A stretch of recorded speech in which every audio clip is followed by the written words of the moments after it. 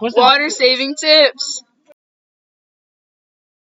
Reasons why we should save water. W. So we can have water for the future. Also to help the environment. It needs to save money. Tip number 1. Turn off water faucets when you're not using them. Tip number 2. Take shorter showers.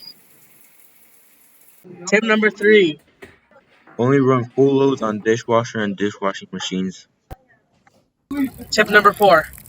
Water garden plants during cool times of the day like morning and night. Tip number 5. Place grass with native plants and plants that don't use much water. Tip number 6. Pull weeds so that your plants have more water. Tip number 7. Plant trees for shade. Tip number 8. Check pipes for leaks. Tip number 9. Instead of hosing down your driveway, sweep it instead. Tip number 10. Don't play with hoses and sprinklers. How water usage affects Utah. Water in Utah drains in two major places, the Colorado River and the Great Salt Lake. The Great Salt Lake's terminal lake, which means that a bunch of rivers flow into it, but none of the river flows out. The water can only get out through evaporation.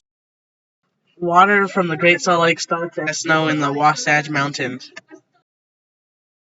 Along the way, farmers divert the water to use to irrigate their crops for Utah's agriculture industry. As Utah's population has increased, so has the farming, and so less water is getting to the Great Salt Lake and it's getting smaller. The Great Salt Lake disappeared, a really big habitat for migrational birds would disappear, and also lots of toxic dust would go into neighboring Salt Lake City. How can you help? You can help by following the tips.